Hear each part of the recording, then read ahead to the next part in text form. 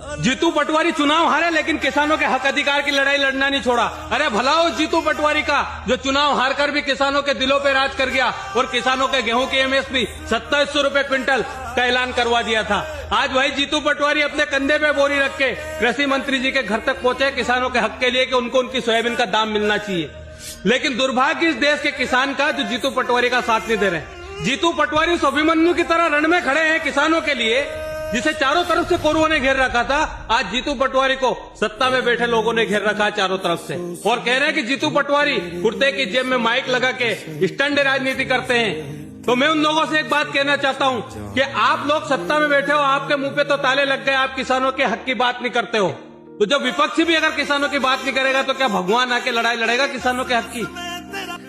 अरे आपकी सत्ता में बैठे लोग भी तो कैमरे के सामने आके बयान दिया करते थे कि हम किसानों की मिट्टी तक खरीद लेंगे, और आपके पूर्व सांसद जब सिलेंडर का दाम बढ़ जाता था तो सिर पे रख के रोड पे बैठ जाती थी कैमरे के सामने और ड्रामा करती थी।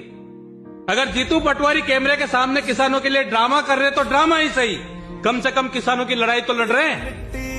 आधे से ज्यादा जिलों में मुआवजा नहीं डाला, और जिन जिलों में मुआवजा नहीं डाला उन किसानों को फिर से लाइन में लगा दिया कागज लेके, कागज जमा करो तब जाके मुआवजा मिलेगा। सरकार तो कमलनाथ की थी जिसने बिना सर्वे के किसानों के खाते में मुआवजा राशि डाल दी थी। कि आज आपकी सरकार में लाइनें लग रही है, किसान परेशान है बिल्कुल, और आप लोग कहते हो कि जीतू पटवारी राजनीति कर रहा।